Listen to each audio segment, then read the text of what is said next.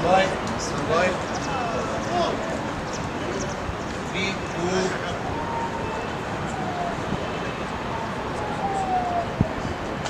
في بطولة الدوري والنادي الاهلي طبعا النهارده كابتن محمد يوسف بيفضل ان هو يبدا بهذه التجربه او بينهي بقى الاستعداد الاخير بهذه التجربه كنوع من المشاركه القويه في اليوم.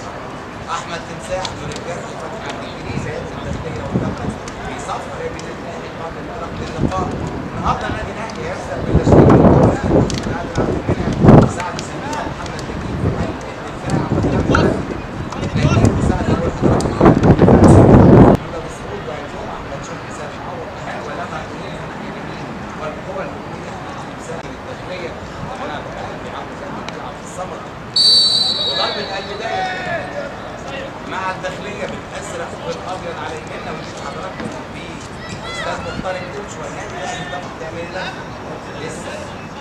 10 دقايق والتعادل من الاهداف على البعيده ودي نجيب مختار ورامي ربيعه لسه والمره ثانيه تكبر عرض احمد تمساح لسان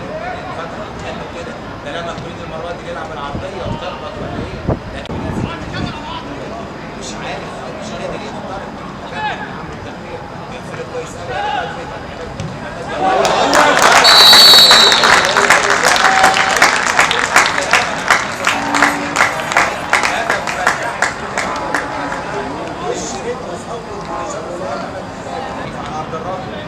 رامي عايز يعدي خلى فتحه فتح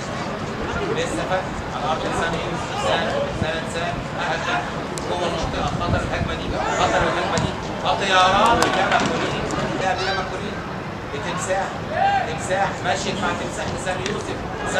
بيشوط يا سان يوسف مش معقول كاس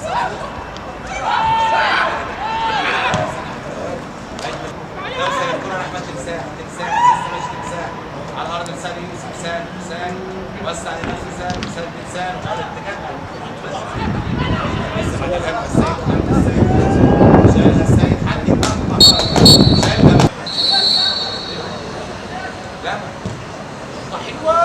لما يا ولد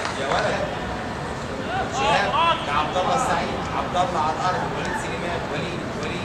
ليه عبد الله السعيد عماد متعب يا ولد على الاستلام يا سلام دومينيك سيلفا راح من مقابل لكن مصطفى عاشور ماشي عاشور عبد الظاهر وسع نفسه عبد الظاهر لتريك ولا فتحي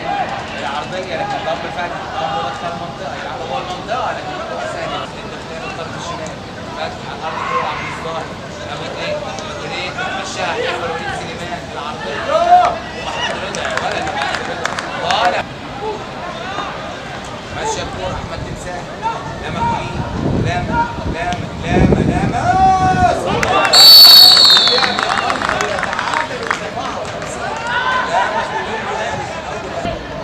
لسه الكوره ماشيه مع تريزيجيه طول فتحي العرضيه احلى عبد الظاهر يشد سيلفا على الارض عبد الظاهر بعد ما تدخل الراجل بيرجع هو داخل الشمال يبقى التاني للنادي الاهلي